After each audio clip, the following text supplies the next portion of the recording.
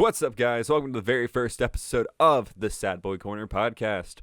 Today, I had the lovely experience to discuss many things with Michael from Kytoon. He has an album release experience on the way starting November 9th, so feel free to check out the link in the description below to join in on the fun. I will be in there like swimwear.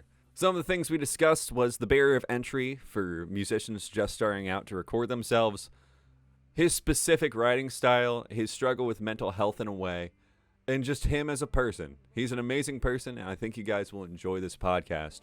So without further ado, get ready for the Sad Boy Corner podcast.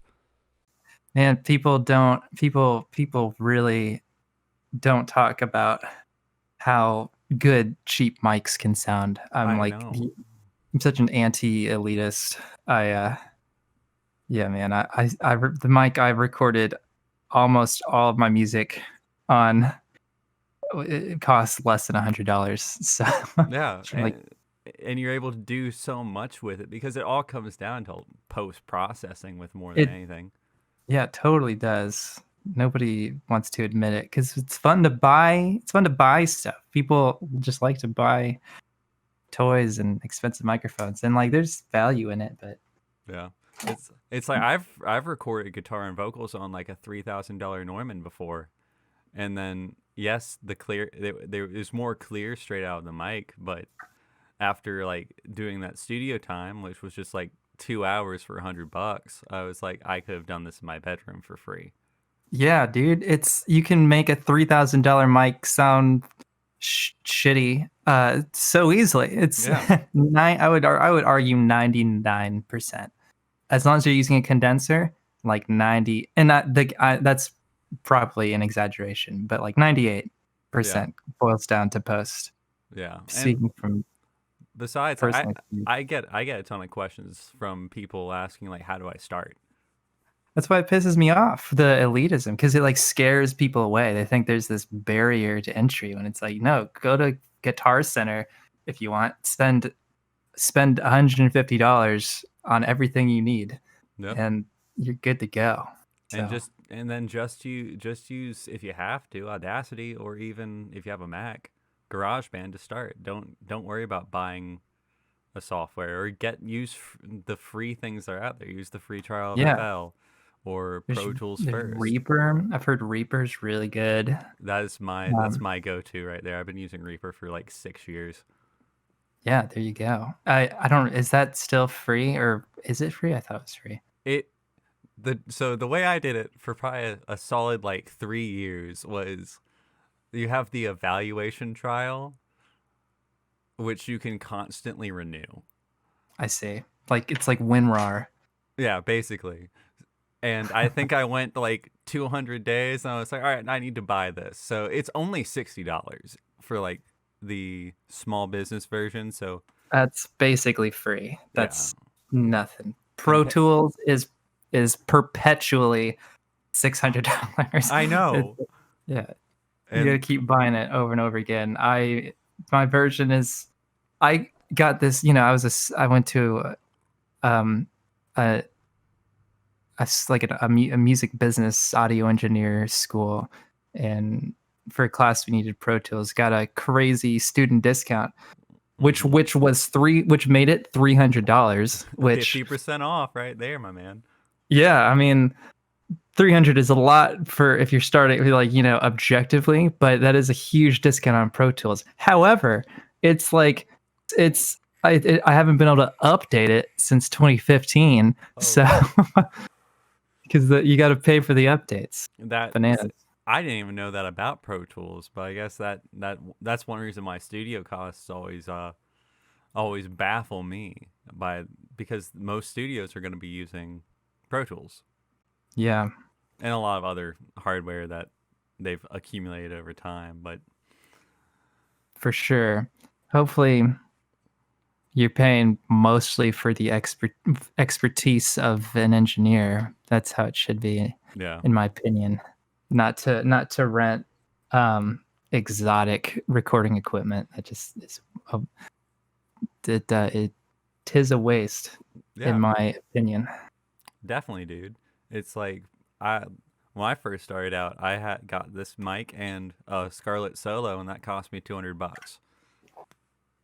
There you And go. Yeah, my first interface was a Scarlett as well. Not it's like the one with 2 inputs. Same. It was pretty much the exact same way I started. I think it was $200. I got $100 microphone. I literally walked into Guitar Center and just asked what I needed to record at home, and he gave me Focusrite 2i2, a God, I can't remember what it's called. Sterling ST51. It's just some obscure brand that you only find at Guitar Center as a condenser microphone, and then piece of shit stand. Then yeah, there you go. yeah, no, that's about right. That's what you need to start with. Like, and you don't even have to get super fancy with it. Like, how long have you been recording music? I started recording in my freshman year of college. I 2013, 2014. And So since then, since then you've been going good, and that like you've had, that was the year you walked into Guitar Center and was like, what do I need? it was, yeah, I think it was September of something like that. It was right when it was right before school started. It was like the summer before. So yep, just kind of made it happen. So you've been going at for a nice long time, which is awesome, and it shows. Like I've been to kind of like jump into like the idea of this podcast, because I guess technically it started, but you never know. It's more just a conversation between two sad boys. Yeah, sad boys unite. I know, right? One of the questions I have down here was like, yes, the music we write is like sad, and a lot of it has to do with our lives and stuff. But you and I can tell that you seem to be a genuinely happy person, a very outgoing person. But that's just from the little bit I've known. Like, I don't know how you live your life. What is the day-to-day life for Michael? I take voice lessons, and it's almost like therapy for me, and it's so I've known this person, for 5 years now, and she didn't even know that I had depression or like anxiety or all these issues, or she didn't know the extent to which I suffered, I guess, until she signed up for my album release stuff and started seeing all the videos it's putting out and the stuff I was saying, and she's like, it's like something I don't believe you. I know it's all true, but it's just like it seems like you cope with it very well, and I think that was a good way to put it. I'm not, it's not my identity. And you asked me what a day in the life is. I guess it's a lot of computer stuff. I'm a video editor, so I was pretty cooped up before the quarantine, and I still am. So I very much tried to ritualize my days. It really helps with my mental health. I think a lot of people can attest to that. Just kind of having a routine that can help offset a lot of emotional turmoil. But I don't know. Quite frankly, it's getting worse as I get older, and I'm starting to think I need to see a therapist. I've seen therapists in the past, but they just weren't good for me. You need to find the right fit, and that's the struggle. So 100%, dude. Like I actually, it's kind of funny. I just started therapy this week. Oh wow! Yeah, it's my like second try at it, and my friend who's also another amazing musician, who I'm gonna start taking voice from her. She recommended this place, and I feel like it was a good fit. It definitely was, to start getting back into like that normal routine, that creatives do need. Like, you can't just wake up, create something, go back to sleep. You need to experience your life. Yeah. That's in more than one way. I think it qualifies as a work life balance issue because creative work is work, and it's very draining. Yeah, and it doesn't take away from, it doesn't mean that I don't love doing it. But anybody, it doesn't matter if you're a musician or like a writer or whatever. It's like it's a being creative professionally, which we're both trying to do. It is very taxing because you can't always switch it on for one. So there's a lot of internal strife that comes with it. Sometimes when you're trying to do it professionally, you just need to get stuff done, and it's draining, I guess, when you have to power through it when you're not feeling it, but you just need to extract that creativity. I deal with it on both fronts because my one of my video stuff, like I frequently have to work on projects that like I don't necessarily love or dig whatsoever. I've done some music videos for artists who I do not vibe with at all. But like I have to live in it. I have to live in their art and just kind of breathe it. Yeah, like I have to. It's so all encompassing. If I want to do it well, it'd be easier to phone it in, obviously. But like the music videos and I guess with music too, like songs or whatever that I'm not super in love with are just crossing the finish line is an ordeal. So that's a topic I should talk to a therapist about. There are lots of things to talk to a therapist about too.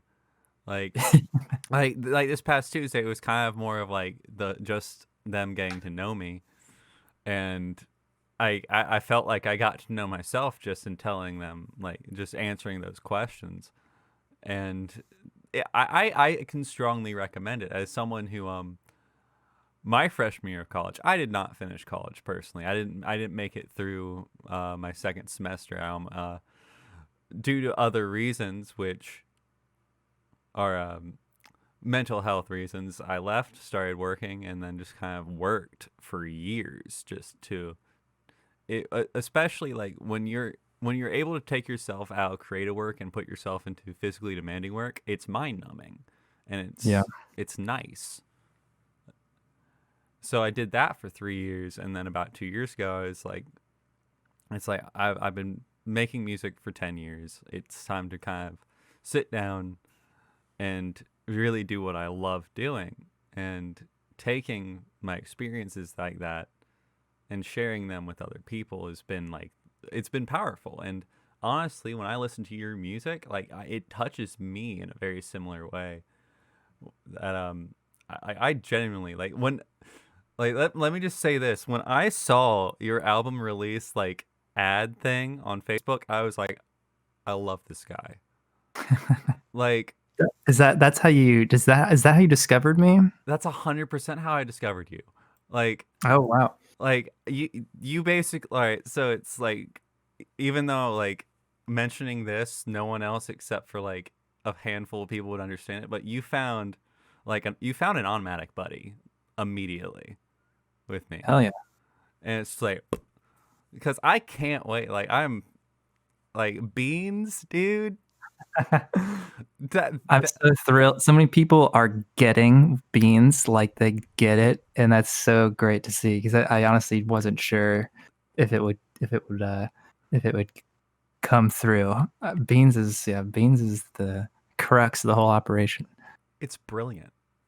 It's absolutely brilliant. Like what was that thing in the Jello? Like the Jello. That was a stapler. That was a picture of a stapler in Jello. I remember that was in it. I don't remember what the context was when I inserted that photo. I think I have a library of unsettling images, and I just pulled that one. I just love it. It was like it had me so I the feeling that Beans gave me was this odd feeling of comfortably discomfort. Like I was like in discomfort talking to this machine, but I was also like super comfortable with it because it was so weird and funny. Yeah, that is exactly how you should feel. So Perfect. So that's great amazing. news. That is Didn't want to absolutely amazing. didn't want to skew too creepy because that is not necessarily what I'm trying to channel at the moment. Yeah. But You're kind of like that like without like experiencing any of the album launch experience yet, which I plan on it. I can't wait. it's around the bend. Yeah, I know it's so close. What exactly is the date so everyone will know? that'd be November 9th, which is Monday. Monday? Monday is day one. Perfect. So this is coming out on Saturday, so absolutely perfect. Fantastic. Yeah, that works out really well. Hell yeah. I really like songs like the overall tone of that song at the very beginning is kind of like happy, and then Yeah. it moves into this very like melancholy, like lyrical imagery that you do. And you do that not just with that song, but even like Darker Days is like the tone of the song is a little bit darker, but even still it's the lyrical imagery you have in that. And that's one thing like I really wanted to talk to you more about is like that imagery you have with your lyrics. And that's so how long have you been writing lyrics like or do you intentionally do that, or is this something that you've kind of just you've learned to do naturally? That's a really good observation about Darker Days and Soup of Sadness. I had not even made that connection. But they are both those songs are so different, but they're kind of about the same thing. Uh being like thinly veiled depression. I I've been, writing lyrics since about 2014 or something. I didn't start trying to write or sing until I was, an adult, basically being 8, 19. Um, but you know, I've always really been into creative writing. So I may have a leg up there. Before I got into music, I was into writing stories, and like fiction and everything. So that that made the transition not too difficult because while I was doing those things, I was also producing music. I used to do like more dancey techno trance stuff. I did that kind of music, all throughout middle school and high school, just like a hobby basically.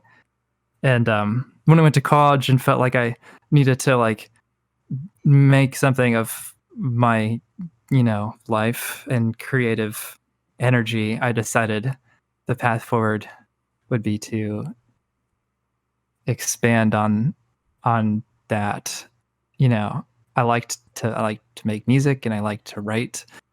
Uh, so, and I also had been playing guitar. I started playing guitar when I was 14, and like none of these things ever intersected. I played guitar, I produced music, and I like to write, but I never wrote music with lyrics or played guitar in any recorded fashion or even wrote anything on guitar. So, um, yeah, I guess that's how that started. I wanted to fuse all the aspects, the creative niches.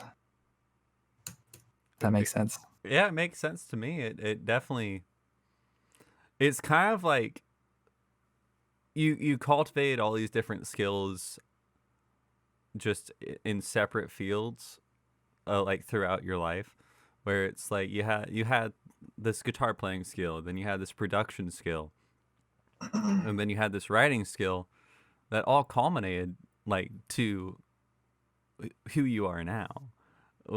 And it's that's the funny thing that life does to us is that we start doing things when we're younger that we don't realize how Like we start doing them, yeah, and we don't realize until much later on in life that it's like, wow, this has completely changed the course of like my life or the way I am able to perceive information about myself and about the world and show it off in a beautiful way.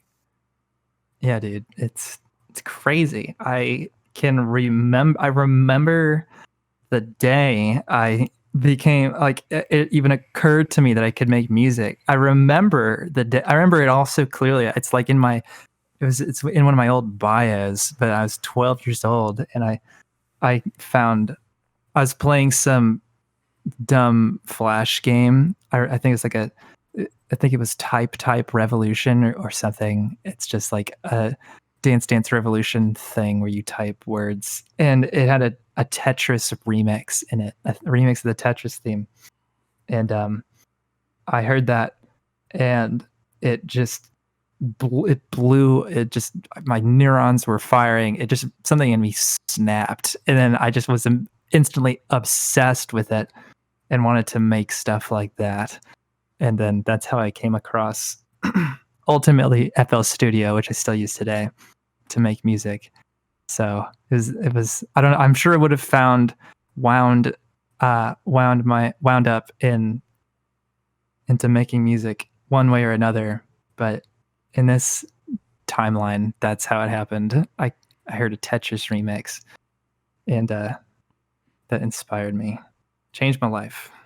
It's ridiculous. That's insane.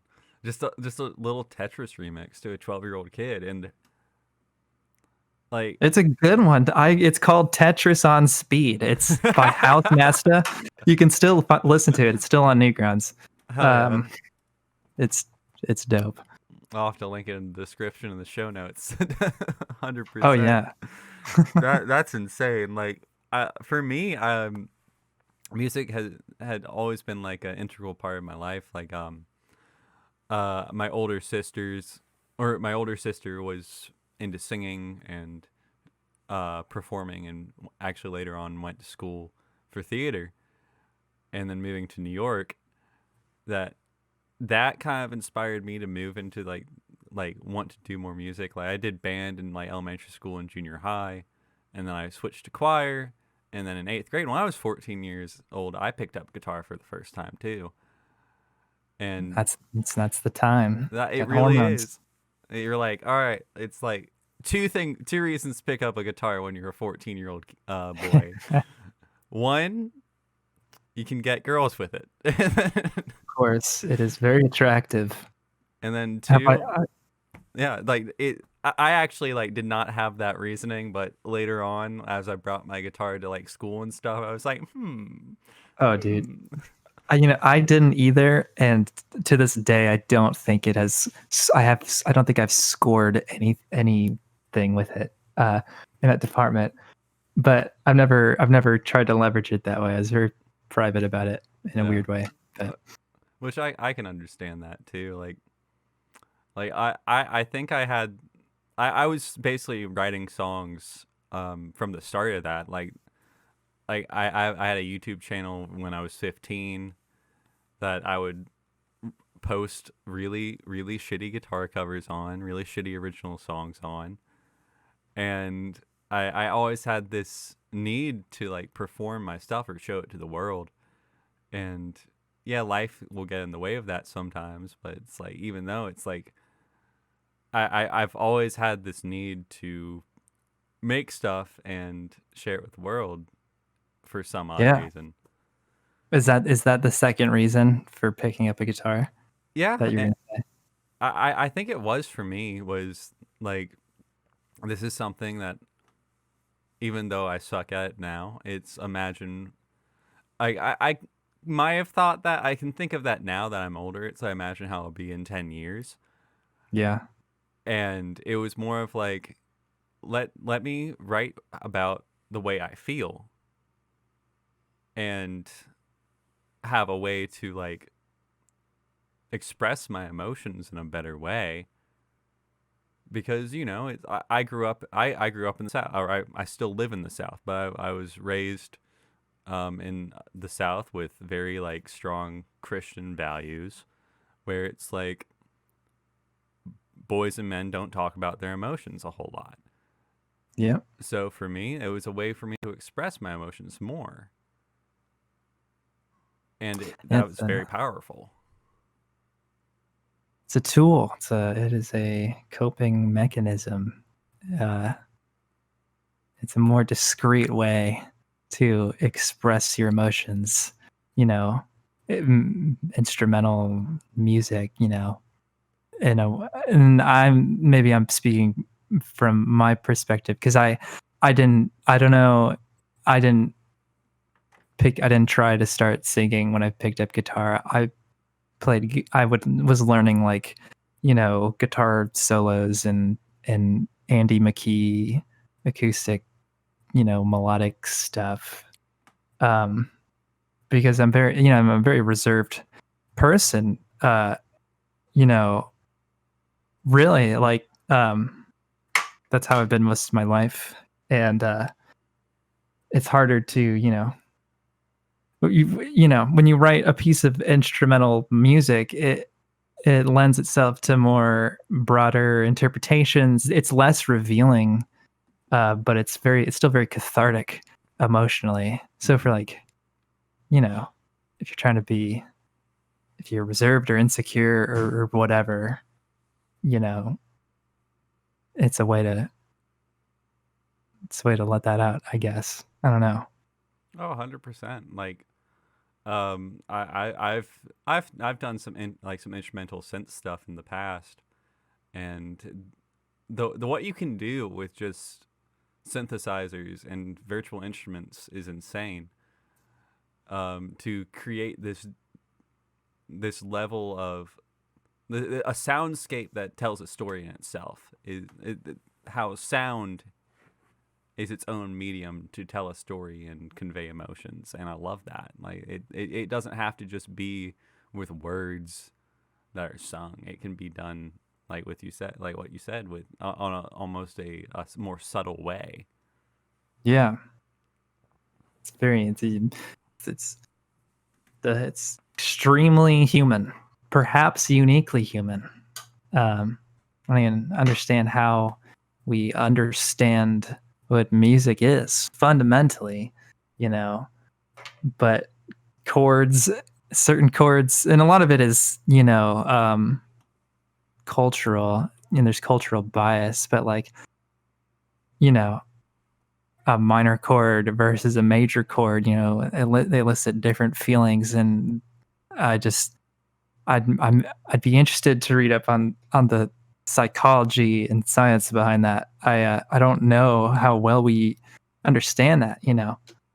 Why why does this intersection of frequencies, uh, you know, feel different emotionally than this other set of frequencies? Yeah, It's fucking weird.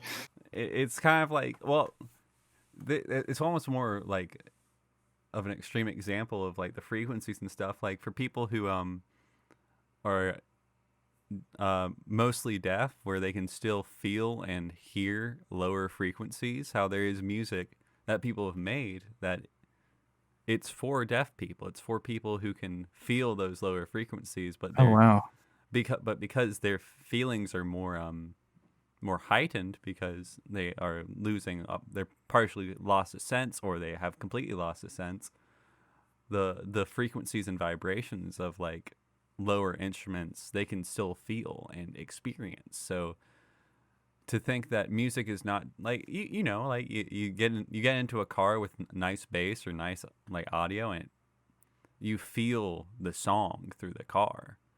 Yeah. It's more of a level of a physical sensation that music actually gives us through those frequencies than it is just everything else. Kind of like how it's kind of like with EQ, how certain frequencies within the EQ band can be displeasing, even though you might not be able to hear it with those headphones on a different speaker. Those frequencies might be heightened, and it might cause some physical discomfort to that person. Right. Well, that's got a lot to do with like I don't know. You could break that down in a couple ways, like the shape of people's ears and like the room you're listening into and like resonant frequencies. But it is wild. You can because you know you can feel a certain way at a concert, with giant subwoofers, 110 dB deafening volume. That's very physical. But you can also have a profound experience listening to music on shitty earbuds that Yeah. cost $1. Yeah. So there's just a very very innate comprehension happening. And then a lot of it is like personal and nostalgic. Everybody kind of, relates to music in their own personal way. So Yeah.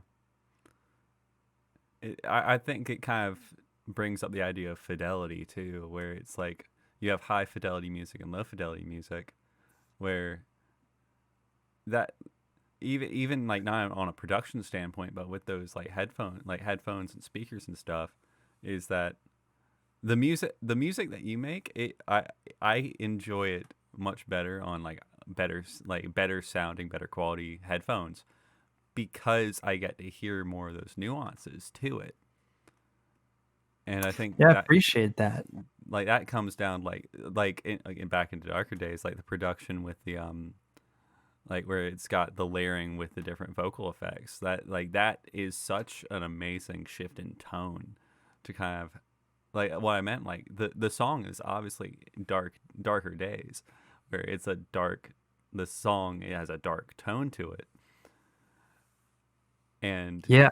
that is conveyed with the different ambient sounds like that, like right, like this after you say "cried myself to sleep last night," that little synth stab, I'm like, oh, Mhm. I just love it so much. That is Every time I hear it, I'm like, Yeah, that's and I've only heard this term used once, so I don't even know if it's real. That's what I call musical prosody. It's the harmony between the music and the intention behind the lyrics, where they're both communicating the same thing. So that yeah, that is a delightful moment that few different iterations. And it landed on that. I needed some sort of stab after that line. It's my favorite line in the whole song. and Uh, then the following line got a whole 8 hours. It was so tight. I'm like, oh my god, I love it. yeah. Oh man, that is the most hated line in the whole song, actually, based off of the responses I've been getting on the video. Uh, and I think part of it is because the Instagram ad version, I'm running, an Instagram ad using a video of us performing that song, and it starts on that line. And maybe that's not a good line to start on if you have no idea what you're walking into. So a lot of people have made fun of me for that line, not getting the irony behind it or the humor. I don't want to say people don't get my joke, but I think a lot of people on Instagram It don't get it. it's contextual. It's very contextual. Yeah, I think it require. I think I picked the wrong section to isolate.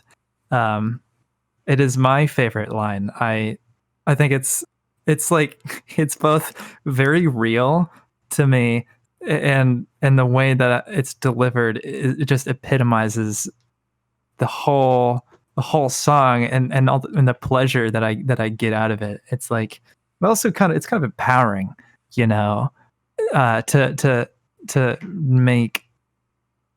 make light of one's own depression. It's like I can joke about this because I'm suffering through it. I'm not pretending or inflating it. People can say what they want. It doesn't change the fact that like I I'm not making up anything about this condition, and I can make fun of myself if I want to. Uh, I've had to confront this just because a lot of people on Instagram have been. That is the mean comment. It's like people telling me it's not chill to joke about depression, or um if they're not upset because they realize that I'm being silly, but I'm pretending that depression is a joke. They're telling me that they love the beat, but the lyrics suck because they don't. I don't know. It's it's a it's really those two, and the first one is the most upsetting because I hate I hate for anyone to think that I am trying to like exploit mental illness as a brand thing. I I just live it every day. It would be It would be more dishonest for me to try to not write about it when it's something that I'm like especially when I'm in the mood to write. It's like I exclusively write about my own stuff, my own experiences, and my own emotions, and I also have a dark sense of humor. So it's just naturally these things are going to intersect. So yeah, I'm not apologizing for that. And you shouldn't, because your case makes absolute sense with that. Is songs are songs are an extension of ourselves as songwriters.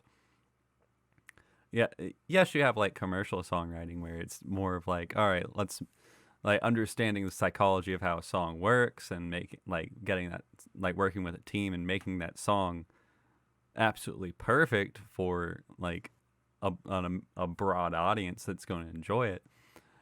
But then you have artists where and it goes without saying where it's not just within songwriting, it's within all forms of art.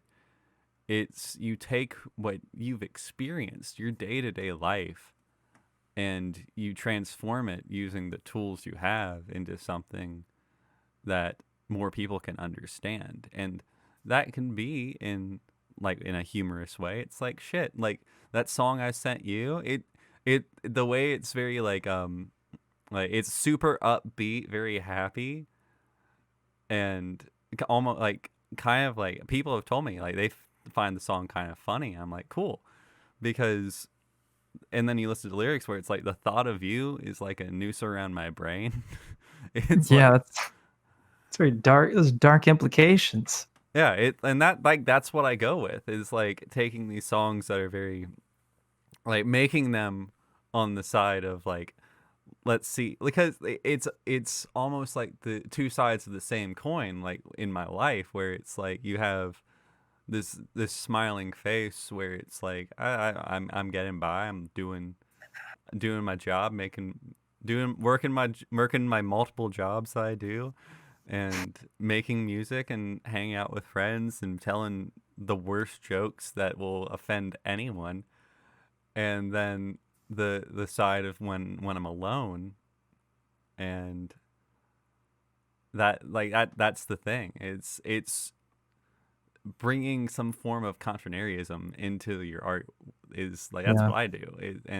That's one reason why I noticed it in your stuff is that it's you have this form of slight contrarianism within the tone of your song and the lyrics, and I love that.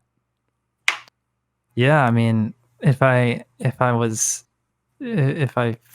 to fight that, I would sound like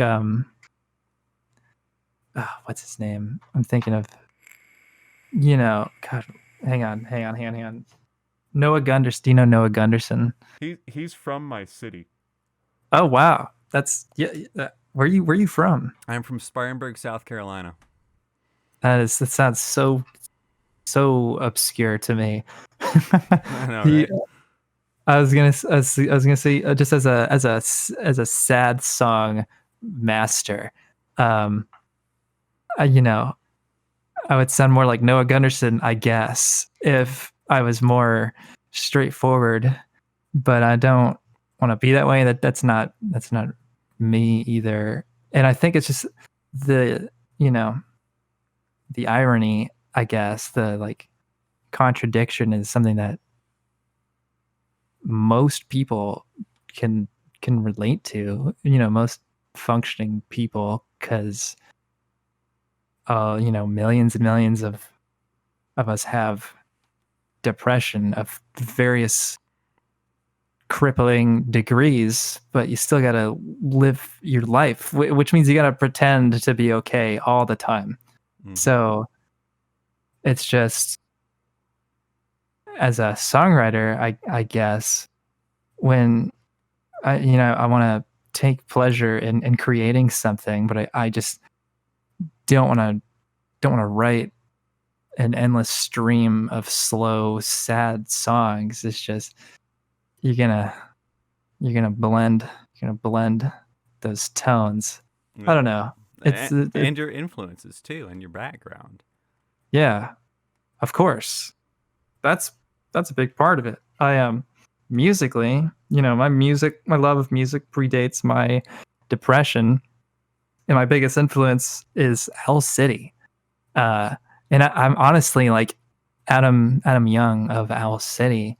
He's definitely grappled with depression, and if you've heard any Owl City, you know all of his music is euphoric and very, very, you know, very light and upbeat, and cute, which makes it all the more profound. It's like this optimistic brand of sadness, and not all of his music is like this. Mostly applies to his older stuff. He approaches it a little differently now, but um, point being, his musical style is one of my biggest influences.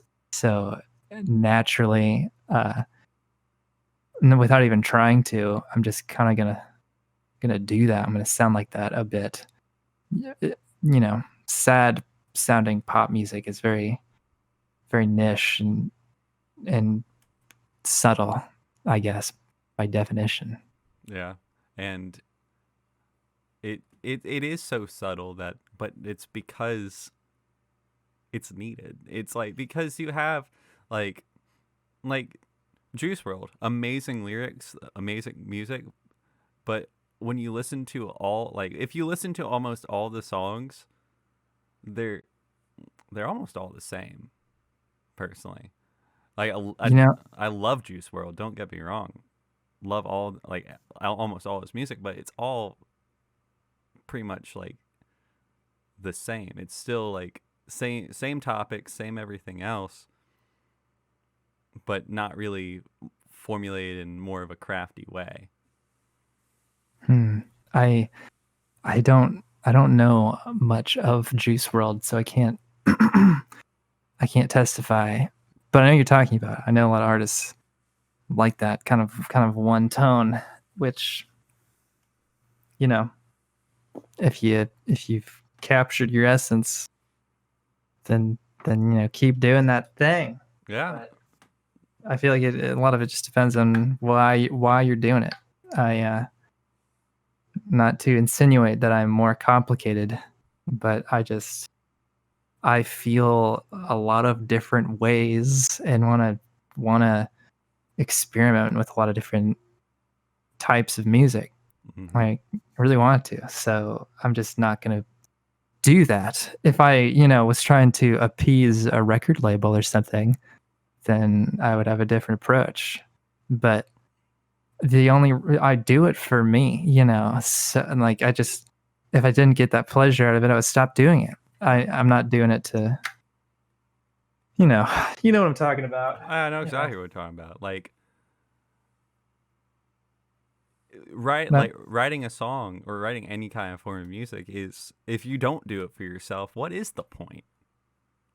I don't get it. So, well, there's like a lot of vanity in it. And I live in Nashville, and I'm around a lot of this. I was immersed in it when I moved here, but a lot of people who just want to do music or work in the music industry for like the glamour of it, or some people want to do music just because they're, lusting for over the idea of performing in front of a lot of people, as opposed to, forming relationships with individuals, which I believe is super important to both of us. The quantity is so secondary to that. But even before that, it's like I was making music in secret, when I was in middle and high school. Like I didn't do it. I did it to put it up on Newgrounds. Yeah, it's But like it took. your mom walks in, you're just like, no. It wasn't quite that. Maybe with my dad. I probably was more reserved about it around my dad because he would have asked to hear it, and I didn't want to show it to him. But um, I just had this innate pleasure in creating it, and that's always been there, and that's never gonna go away. So it's like it doesn't. I guess that makes one more resilient when it comes to pursuing it as a career. You gotta be super committed and really be in it for the right reasons to monetize it. I guess on your own, because it's obviously it's like starting a business, and that's one element of it, and then there's just like the music industry today. I feel like it's just becoming more and more, relationship based, and people really value authenticity. And like I was saying earlier, people can pick up on it, on insincerity, really, really quickly if you're trying to pretend to be a thing on social media. It's like nobody cares, know. Like the easiest thing to do is just be yourself. It should be the easiest thing, and yet so many people are hesitant to do that. Like they feel like it makes them seem not as big as they are or should be. It's like the kind of phony artist thing. Yeah. It's like, because what would you rather? So this is the question. Would you rather be part of the lineup, not the opening act, but part of the lineup for a show that's going to have 500 heads at it? Like, regardless of what you bring, it's going to have 500 heads at it. Would you rather that, or would you rather play a show that 30 people that you all brought, and they're your people, and when they're there, they're singing every song to the T with you? Which would you rather have? So, I mean, clearly the 30 people who are into what I'm doing, and maybe just a room of 500 people. I don't know. It just, you could easily yield less than 30 people who give a shit at the end of that. Plus, it would make me very nervous. I still have stage fright. I mean, it's not that I won't play in front of 500 people, but like, I've never been in a room with 30 people who are obsessed with my music. And if I'm in a room where everybody is feeling that energy, that's incredible. That would be an incredible experience. Like that's why we do music, really. Like that's what we long for more than anything, is that connection to because you're not just producing the experience at that point, you're a part of it, because what they're experiencing, you get to experience the same thing, is this community around something that you've created, and how it's touched their lives to the point where it's like they're giving that energy back in a way, I guess, maybe. Yeah. I've only been on the audience side of that, so it is a fantasy, because shows aren't happening, obviously. Yeah. And I have I've really like launched all this stuff this year since the pandemic. So I don't know. I hope to experience that someday, and really, I need to continue to work on my performance anxiety. I've exclusively played to in different crowds, with a few friends in the audience, but like it was, and the more people who are there for me, the less anxious I feel. You know, it's like the easiest crowd ever, and No. I'm. Like But I've only ever played open mic night, so every single time it's a completely different crowd, except for like the other musicians there to play that I've been friends with, right, and because no one's coming out. A couple weeks ago, I was like, there's probably like 25 people I've never seen before. I was about to play in front of, and my legs were shaking because I was yeah, like, I don't open nights freak me out. like what because I again conservative South like. My music, like there's a song that I played last week at open mic night because there are two people in there, and there are two like other musicians that I love their music. I know well. I've worked with one. I'm actually doing one of them's having an album release tomorrow that I'm filming for him, and that's gonna be really fun.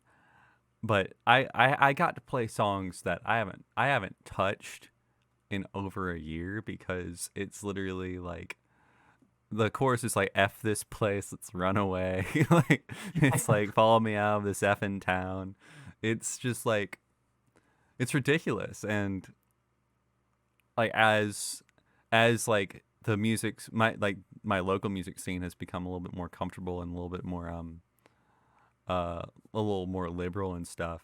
Is that like they're not afraid to say what it is on stage, regardless. Like the host of the open mic night, who is also an amazing musician, she has a song that it is about making love to another woman, and she plays it regularly, and people love it. I'm so happy about that. Wow, yeah, that's a very vulnerable thing to sing about in a conservative town, as it sounds.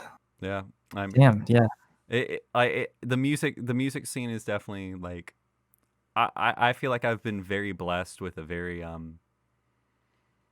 tight knit, warm and welcoming scene in my town, because like it's not like everyone's competing to get like to get these shows at bars, because these shows at bars, all they're for is paying bills. It's not trying to grow a fan base. Like it's definitely more of like a lot of my scene, like they have their own stuff that they like to slip in there, but really the bars are paying for a jukebox.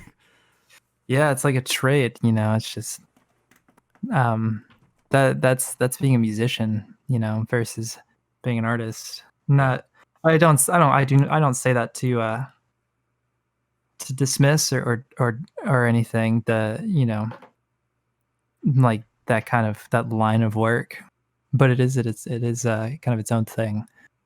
I don't I don't love playing music as much as I love making it personally. So that wouldn't really do it for me. I mean, and there's that different strokes, right? Yeah. And that's kind of like how I felt too. Is like that's one reason why like I have not really tried to reach out to as many bars to play in, or even like that's why I go to open mic nights, because it gives me that chance to play in front of people my own stuff, other than basically saying, all right, I'm gonna cover 45 songs for you guys tonight, Right. which again, like, and that's what my friend who I'm working with tomorrow, that's what he's done for 2 years, and now he's gotten like that as a way to like thrive and like make money, which is amazing. And now he's moving off from like he established himself here, and now he's moving on into like going to different states and performing, because now he's realizing it's like, hey, I can now that I have this structure of performing in front of lots of people, and if this doesn't work out, I can come back and play these places and still have an income. So that I think is probably like the more traditional way of like going from like a musician that is an artist to a musical artist that is well known is Yeah. like building your craft through that, because it's all like no one can even no one can write one song, put it on the internet, play it out like at an open mic night and go viral. No one can do that. Like that's as the first song that you've ever written. It takes a lot of time to polish and perfect as much as you can, because nothing will ever be perfect. What you have to offer, and then that's what people think is an overnight success, because because you've been working so long on it. Yeah, it's a grind. It really is. All of it. It's a practice makes perfect situation in every way. You got plenty of there are people out there who are just disturbingly talented and pick stuff up really quickly, but everything is just you gotta do it a fuck ton, and then you're good at it. It just it sounds really simple, but it's just so many people don't quite get it, or discount themselves without realizing that everybody who they look up to just had to do it a shit ton to get as good as they are. Nothing for me personally, like no, I'm not a natural. I don't consider myself a naturally good singer. I really had to work at it. I've like I said, I've been taking voice lessons for a long time, and I've made huge progress. And I would never hide the fact, because like I was a very weak vocalist when I started. In many ways, and I made up the difference with pitch correction and vocal processing and everything, and the way I wrote my lyrics and everything. But it did not come naturally to me. And the same can be said for a lot of things with music. For a lot of people, there's so many different skills required if you're kind of a jack of all trades type. Yeah, like now to kind of jump into like a little bit more, I guess, logistical stuff. Now, do you handle all your mixing and mastering, and do you outsource that? I do it myself. Yeah. I do use Lander. Jack of all trades. Yeah, I guess that's why I said that. I do. I'm kind of a control freak. I'm a perfectionist. I hate mastering and mixing when you're like I think if you know a good mastering engineer or whatever, or you want to hire one, do it. But like the perfect mix doesn't really need to be mastered. And I still don't get like really what the difference is, because I'm mixing my own stuff. Why would I send an unfinished mix off to some other person, like as slightly compressed wave files, when I could just go the extra mile and do it myself? The fidelity and like the mix quality, I feel like they're so important to my music.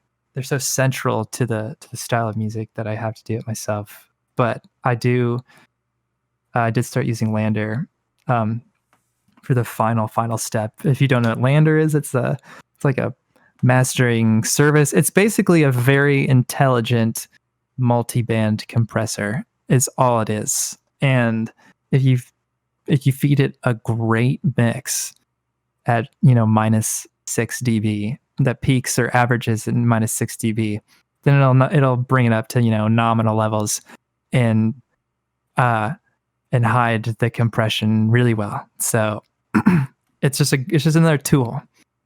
Don't know how I got off on that tangent, but yeah, I do it myself. I use Lander. Lander's amazing. Not sponsored. Not sponsored.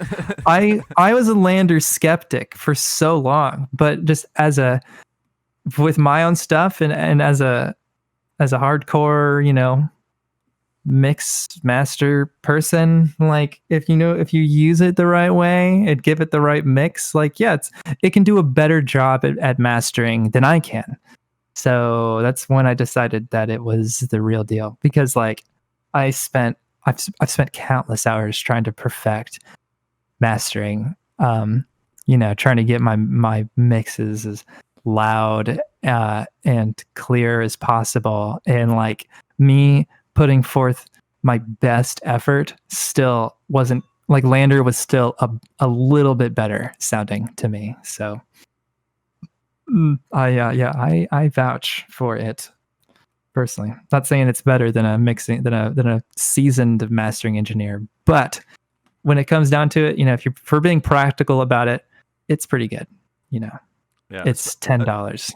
Especially like for people who are starting out, like, because yes, you want to have big names on your record, I guess. Like, you want to have like mixed by this person, mastered by this person, but no one gives a shit about that. Yeah, that's what I was gonna say. I mean, like, it's cool, but no one cares. No one, like, no one who's listening, who's listening to your music to, like, I guess it's more of an industry thing. It's like that might be appealing to other music industry people, and that's like at the heart of the misdirection that so many aspiring artists are victim to. It's like their focus is on quote unquote, industry people. Like, they think they need a record label or whatever, or a manager and all this stuff, and that's the kind of stuff that makes them appear to be legit. They think, big names that mix their shit, or like point awards, or no, like placements, like press is cool. I don't have any of it, but like it's cool, and I don't think it's a complete waste of time, I guess, but it's just being super preoccupied with like getting a press partner for a release for single. It just seems like a silly thing to devote so much energy to when like nobody cares. Like nobody's gonna discover your music because they saw it on the front page of Rolling Stone. The only people on the front page of Rolling Stone are industry people, and like they're not fucking on there to read other people's articles. I don't know. It's so frustrating. It's so frustrating to me. Yeah. It was kind of see, press and stuff, like it's definitely like for like the average musician.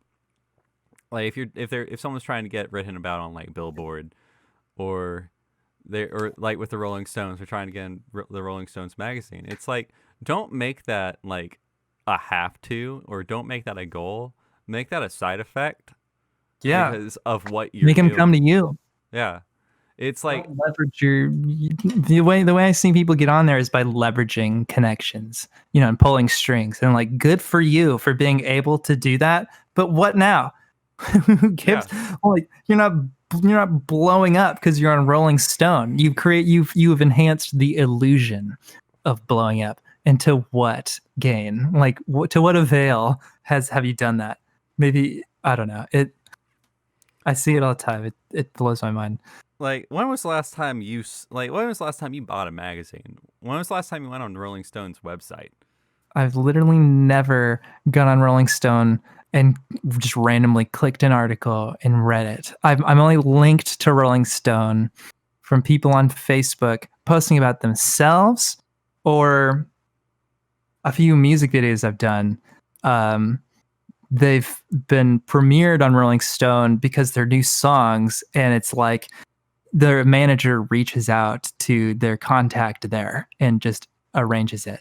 So it's not by virtue of the music video. I mean, of course, if it's a terrible video or a terrible song, more importantly, like they're not gonna premiere it. But like, there's just a threshold for quality, and then you get on there, and it's like, cool. I still don't get why this was necessary. It has garnered you no fans. What it has netted you no profit. And like from a music business standpoint, which is the side that I've been immersed in, it's like, if that's the goal, then like why have we been freaking out about this? Like like financially, if that's so important, what's the net gain from premiering on Rolling Stone? You're not going to you're not going to garner any new fans for sure. We know that. And you already have representation and you don't have trouble booking shows. Maybe it enables you to book even larger, emptier music venues by like tricking gullible promoters into thinking that you can sell more tickets than you can. That kind of stuff. Yeah. Like, I think the one accolade that I think has some value, like, or like one prize to have, is like a record going platinum, like 1,000, like, or like 1 million sales on that. Yeah. Like that's something that I think more musicians should want to strive for. Is like, it's an insane achievement. Yeah, like 1 million people bought this song, or 1 million people have like listened to this song, or whatever. That, like, that's way more important, because guess what? You're talking about like I only have like these numbers don't matter, but if I look at like statistics on all these streaming platforms, or even like when I go live, like my Facebook lives, I get 7 people there. I get 7 real people there, and it is awesome. Yeah. That are there for like 30 minutes of me just playing guitar and singing. I've never captivated 7 people at once, I think. So that's really cool. Like, and that's the thing that I think a lot of kids and a lot of people who want to get into this need to realize, that it's not about, like, I fell into this like when I first started. It's like, all right, I'm going to like I'm only gonna talk to other musicians. Like, I'm going to like show my production style off. I'm going to try to like reach out to more blogs and labels and stuff. And right. And like I spent money on that. I wasted my time with that. We've all done it. Because that's what we want. Like, we want an easy way. And the easy way seems to be like, reach out to the people who've done it. But what they're going to either do is they're going to take advantage of you, or they're either going to say you're not ready, or they're going to take advantage of you if you are ready. But yeah. I mean, they're going to put like basically give you a loan, say, do with this what you want, here's your contract, give us 3 albums, blow that money, those 3 albums bomb, and then you owe like $500,000 to a label. Yeah, I don't know. Yeah, I mean, it's even weirder now. Record labels are, well, for one, like, they have more leverage over artists than ever. If someone is dumb enough to sign a record label when they're not ready, they're going to sign over their rights to everything. They're going to sign a 360 deal and a dumb number of albums, maybe. But like, my dealings with record labels through artists who I've worked for. I worked at an artist management company before, Indiepreneur, and like, getting the record labels to pay for anything was like, and pulling teeth. It's like impossible. They don't want to spend money on anything because there's no money in music anymore. So like, even getting a loan like that is crazy. The record labels are more like, I mean, they're kind of like loan services. Like, they will they'll handle distribution because they deal in the recorded music, and distribution nowadays is just throwing something on DistroKid and getting CDs printed. So a record or like vinyl. So like that's nothing. Besides that, like they don't really do anything. Like if you're attached to a particularly savvy record label, then maybe they have a guy who knows Facebook ads. But like Yeah. in every scenario, yeah, even that's rare. In every scenario with my management company and everyone, all the labels that we were connected to, it's like almost every single time we were the savvy, marketing people, like, and so like we were pulling all the weight there. I just don't. I'm baffled every day by the state of that side of the music industry and all the kind of puffing up that is happening. Yeah. I mean, it continues to happen over such small amounts of money. It's really bizarre to me. Yeah, the fact that you can run a video for $1 a day, so that's only $365 a year, and if the video is like set up right and it's targeted right, and everything there is right, you'll find people that just vibe with it. Yeah. Like it might be like one person that day, maybe like 4 people the next day. It can be inconsistent, but the fact is that it's no longer that if you want to get a movie soundtrack or something like that, or like you see these ads on TV, there's so many vast avenues for people to just show themselves off on that. I remember I reached out to a few like independent labels, just asking them about how they market their artists, and I got 0 responses. I think I went to like four different indie labels, and so then I messaged some of the artists, and they said they handle all of it. Of course they do. I mean, they should be, for one. If they're smaller, there's no reason they can't do it, because it is just like knowing your way around Facebook ads, and the more involved you are with your own advertising, the better, because it should be an extension of your creativity. But like, what if it's not on Facebook? What's the other avenue? It's like street teams, which, not to dismiss street teams, but like they're not going to work right now.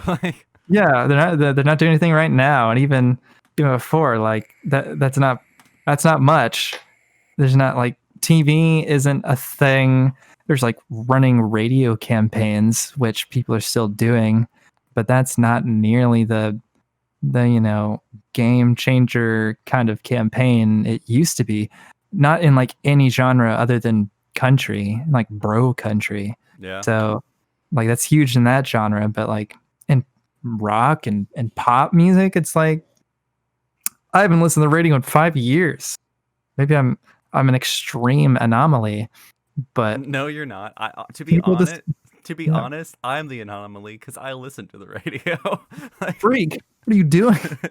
All right, well, I'll say this: the radio station I listen to, and like I don't listen to music stations at all. They play the worst pop station in like my area at work, and I hate it so much. Not because of the music. It's like I have nothing wrong with the music. Like the music's all right. It's the way that radio stations operate. Yeah, they got a playlist of 18 songs that they just cycle through over and over and over again. And someone who actually worked for that station told me, like, because, it's like back in the day, you could make a request for a song and they might play it, or they would play it as long as it was like within like that radio station's like genre. Yeah. now what it is, and this was like the most fucked up thing to me. If someone calls and requests a song, they will take the audio clip from that call of your request and play it when that song in the playlist comes up. Huh. Like they'll play the song, but they'll play they'll play the recording of you requesting it beforehand. Yeah. Interesting. So it's like it's only if you request a song on that playlist that they'll do that. Oh, you have to request a song from their list. Yeah, if you like, let's say it's like this is the example that I actually did this when I was a kid, because I was probably like 15, and we were listening to what were we listening to, like the alternative rock like station and stuff, and I was like, all right, I'm gonna call and request a Mayday Parade song, and they were like, oh no, we can't do that.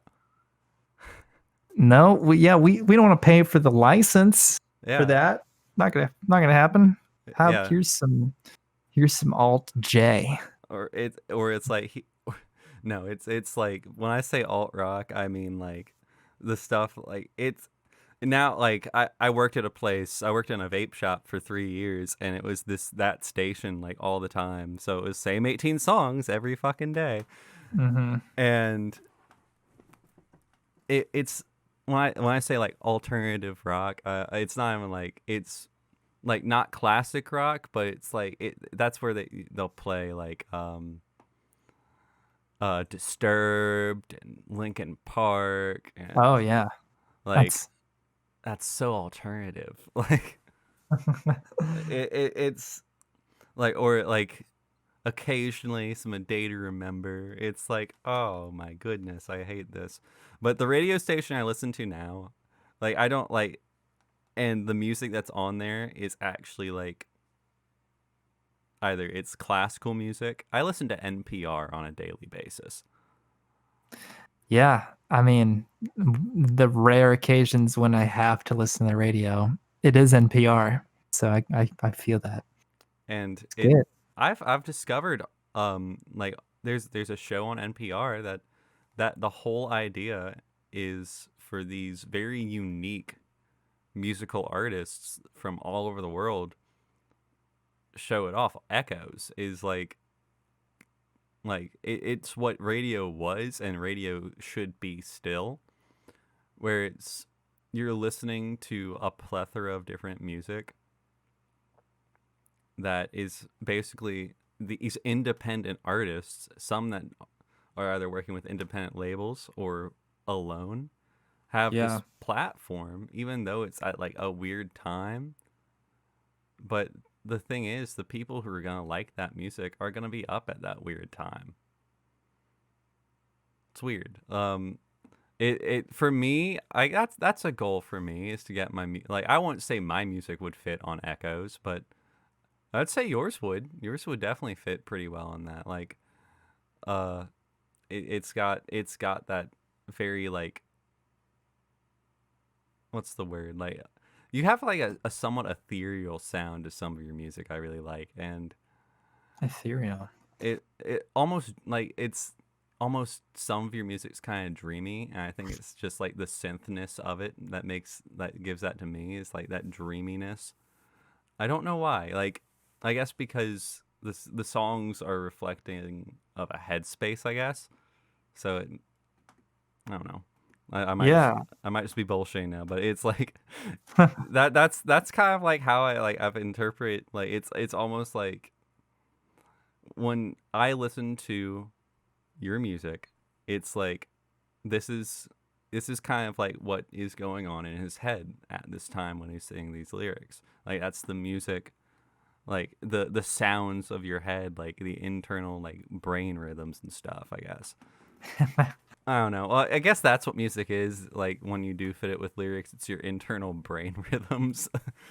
Yeah, it is. The more unfiltered, the more uninhibited you are in your music creation, the more that comes out.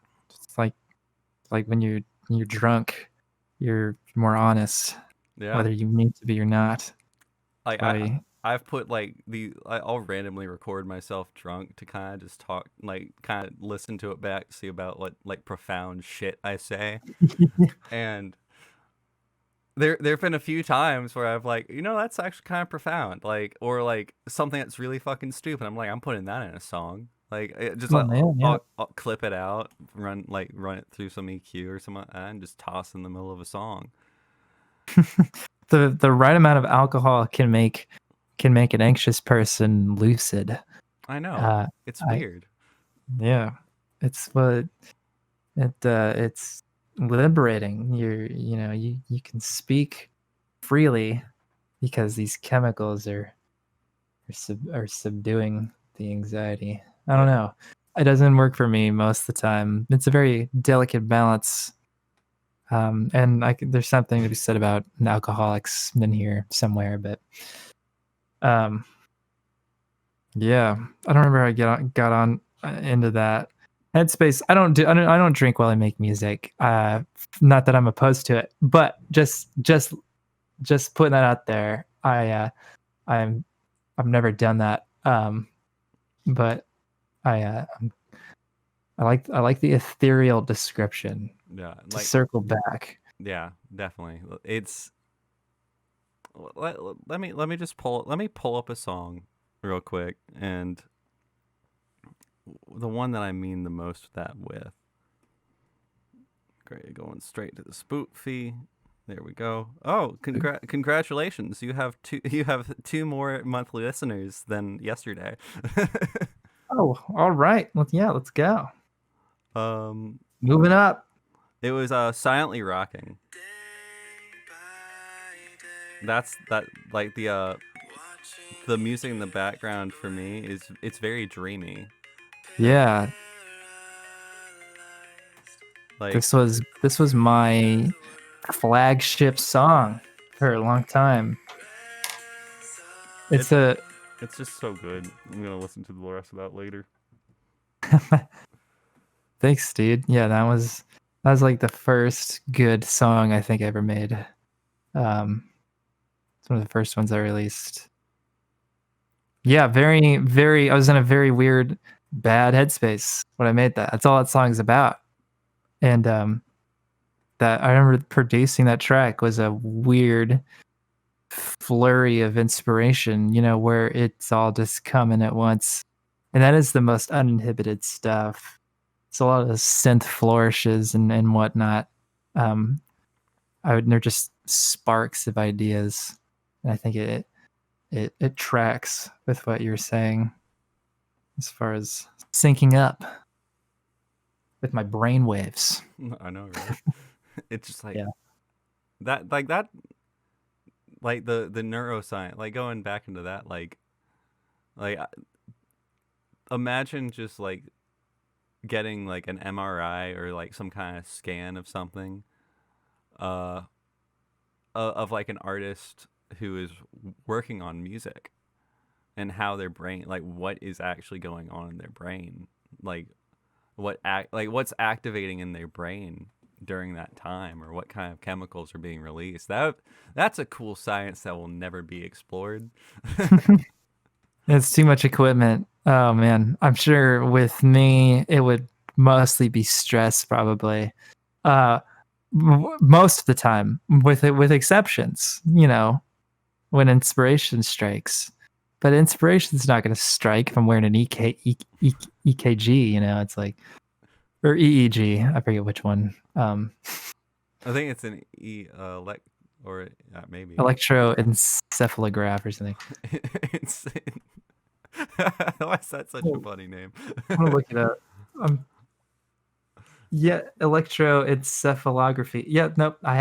There we go. It's where they put that hat on you with all the wires and, and the dots. They got all these wires coming off of your head. just That's what it to is. just to like measure. It just uh, measures electrical activity in the brain. So, Now imagine making, like, setting up a program with one of those. And I think it's been done where certain like electro responses would like signify like some kind of synth instrument, Yeah, I've seen this before, and it's always kind of crude. But when I was in college, it was some synth demo thing. Like Moog was there, and there's some like faculty members with their wacky synths. It was synth night, um, and somebody had a synth like that. I don't know if he'd made it up himself. Maybe I think he designed it himself crudely.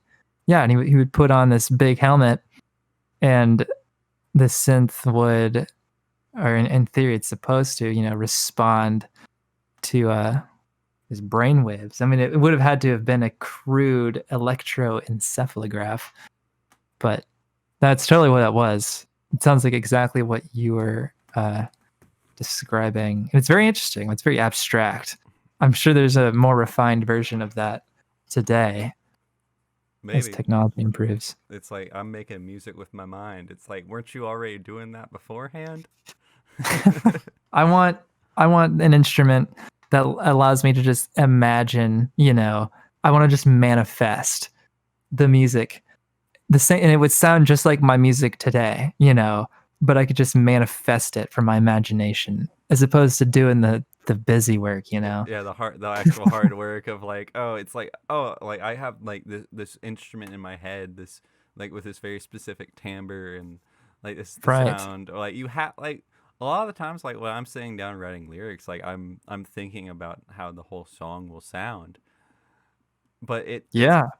it's like as someone who has not been producing super long but has been like recording for a while, like I'm able to not really I get something completely different out of it, but I'm able to get something I'm happy with out of that.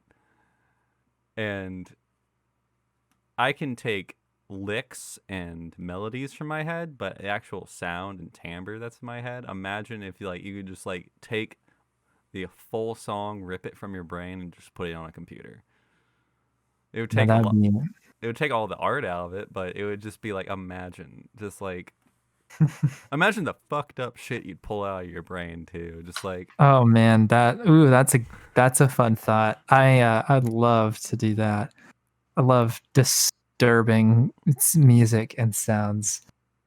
Just if it's that in a world where that technology existed, I can't even imagine the like we're the compared to the industry, 20 years ago, we're already so saturated with music. It's easier than ever to make it. And that would be the pinnacle of accessibility. If anybody could make music, they just have to imagine it. And it happens. who knows? One day that might happen, dude. Like, but Yeah. kind of going back to like the darker like songs and stuff like that. I have been able to write in the past. It's like I remember like when I was doing this thing, I was trying to teach myself how to freestyle rap. I was doing it like 15 minutes every day for like a month, and I was like, all right, let's see what happens. And I ended up writing the weirdest rap from the perspective of a serial killer stalking a victim. And I was like, what the fuck is coming out of my brain? Holy shit. Wow. That sounds but that sounds really good. Do you have that? I love that. That's The answer is yes, but I did not like I didn't make the beat myself. I went on YouTube and just found a beat and I was like, all right, I'm making this for myself. I'm not putting this out to anyone. Like that what's what kind of justified me uh taking the beat from YouTube. But like if I ever did, which I never will, because it is like there's some parts where I'm just like, holy fuck.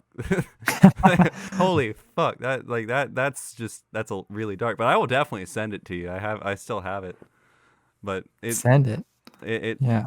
and then like one of my most recent ones that I've put on this CD where it's this one was something that I was actually able to take some personal experience from just people I knew in my life. But I wrote a song called Marble Monument, where it's a song about a husband that loses his wife in a car crash and turns to drinking to numb himself. And it's this idea of like his life is kind of falling apart. He has like all the kids are moved out. He's selling his house to downsize, but he's still trying to come to terms with his wife's death. And at the very end of the song, well, in like the chorus where it's like a marble monument with your engraved with your name, a dead bouquet of flowers that was starving for rain, and then at the very last chorus, it does the marble monument thing again, but then I say a dead bouquet of flowers that I finally replace. And that's just a story of a man basically saying that he's coming to terms with losing her. That even though it was so sudden and so abrupt, that he is finally coming to terms with it. Love that. I love a good arc. A song with a story song. That's a classic story song. Yeah, it's very Nashville. Dude, I almost moved to Nashville. I almost did, but I wasn't gonna do it. I don't blame you. It's a popular thing to do. I don't hate it here. I have nothing against Nashville. I've visited it once. All right, we'll go ahead and we're gonna go and roll it off but we'll continue to talk after this. We have like an hour and 40 minutes, but I'm gonna go and finish like with a quick little round of questions I have for you. Cool. All right. Let's do it. Okay, so why do you think sad boy music is starting to like it's starting to be a little bit more accepted, like songs where that are more and more emotional and more vulnerable? Why do you think those are becoming more popular to say? I think there's less stigma against men being vulnerable, or like I guess it's been effeminate historically to talk about your feelings or emotions and in such a candid way, or like sadness specifically, I guess, just like straight up pointless depression, not because of like your wife leaving you or your dog dying. Just being depressed for no reason is or your tractor breaks down. Yeah, the worst of the three. Those ones are hard to get through. They really are, but man. Sometimes you're sad for no reason, and I don't think more people are necessarily depressed, although you could definitely say that that depression is on the rise. However, it's just being diagnosed more often, and more people are talking about it with each other, and that is consequently generate, and more songs are being written about it as well, because it's less taboo to talk about, I guess. And it's a cathartic thing, It's always cathartic to know you're not alone. It makes a huge difference. It really does. Writing music is, music about that stuff. It's the ultimate catharsis to write about it, and if you're experiencing it, to connect with the song. That sounds like it's talking, and it's just talking to you. It just really resonates. So hell yeah. Very, very relevant. All right, so over the course, we're running on to the end of this year. What's your plans? Like, what's your music plans for next year? Well, I have this album. Yeah, you do. Coming out. I'm so excited. I really am. I love that. I love your enthusiasm. I've been working towards this album for 2 years. So releasing it at the end of this year, November 9th, and I'll be working the album, so to speak, for well into 2020, releasing stuff from that periodically, like all these production breakdown videos I did where I do deep dives into the songs. I've already recorded and edited all these videos. I have like 6 hours worth of of these that I'm gonna be releasing like bi-weekly well into 2020. So that's kind of like a recurring content thing. But besides that,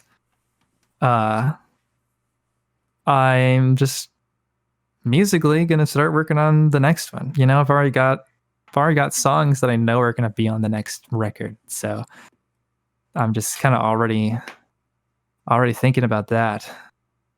That's kind of how I see 2021 going.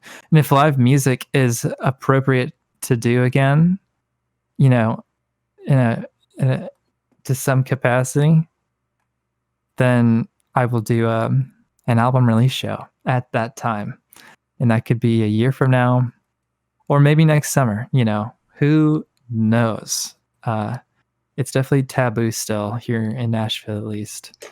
So I'm not going to be the first person to do that, but yeah, that's on the horizon.